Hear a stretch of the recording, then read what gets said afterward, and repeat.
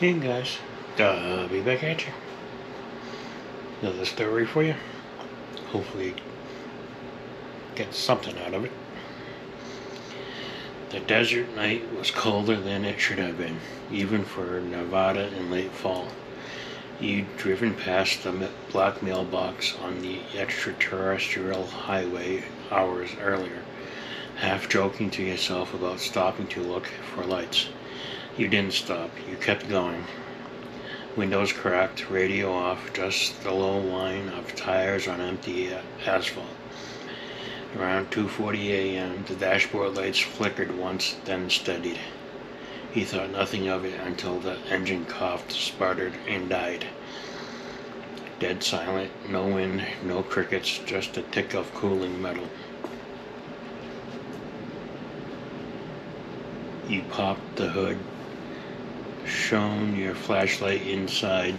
Nothing obvious, no steam, no loose wires. Battery still showed full. You cursed under your breath and started walking the shoulder, hoping for a signal or a passing truck. Neither came. Then when you saw the glow, low, pale blue rising from behind a low ridge, maybe half a mile off the road. No headlights, too steady, too wide. It moved slowly, deliberately, until it cleared the rise and hovered there, a perfect disc edged with slow rotating amber lights. No sound, no downdraft, just that silent, impossible presence hanging 30 feet above the sagebush. You froze. The disc tilted almost imperceptibly, like something inside was adjusting its gaze. Your phone died in your hand.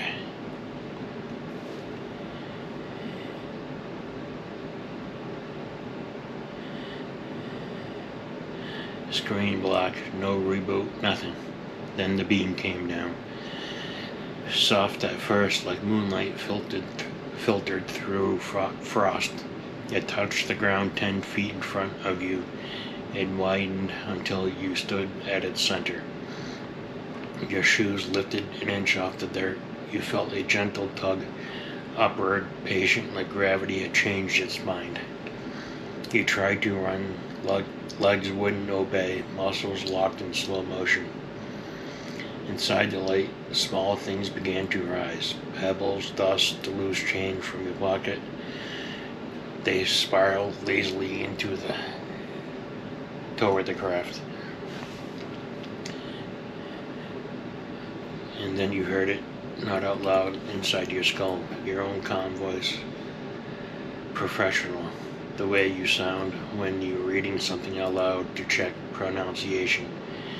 Test subject stable, gravity wave field holding at 1.3 Tesla. Element 115 reactor output nominal. Proceed to phase 2 lift. You opened your mouth to scream. No sound came out. The voice continued, still yours, but now layered with something colder, more clinical. Subject exhibits expected fear response. Neural activity spiking in amygdala. Recommend sedation protocol if resistance increases. Your body rose another foot. Arms floated out at your sides. You could see the underside of the disc now. Segmented panels shifting like breathing scales. A faint violet glow pulsing from the center. In the corner of your vision, something moved on the road behind you. You twisted your head just enough. Your car was still there, but someone was standing beside it, same height as you, same jacket, same boots, face hidden in shadow. They weren't looking at the craft, they were looking at you, and they were smiling, small, knowing the smile you gave when you finally understand something no one else does. The disc lowered closer, the beam brightened. Your feet cleared the ground entirely. The voice in your head, your voice, spoke one last time. Subject: acquisition complete. Transporting to S4 for disassembly and study. All records of prior identity will be expunged per protocol. You felt the pole sharpen, then the beam snapped off. You dropped hard, knees buckling into gravel. The disc was already moving away, silent, shrinking, gone behind the ridge, like it had never been.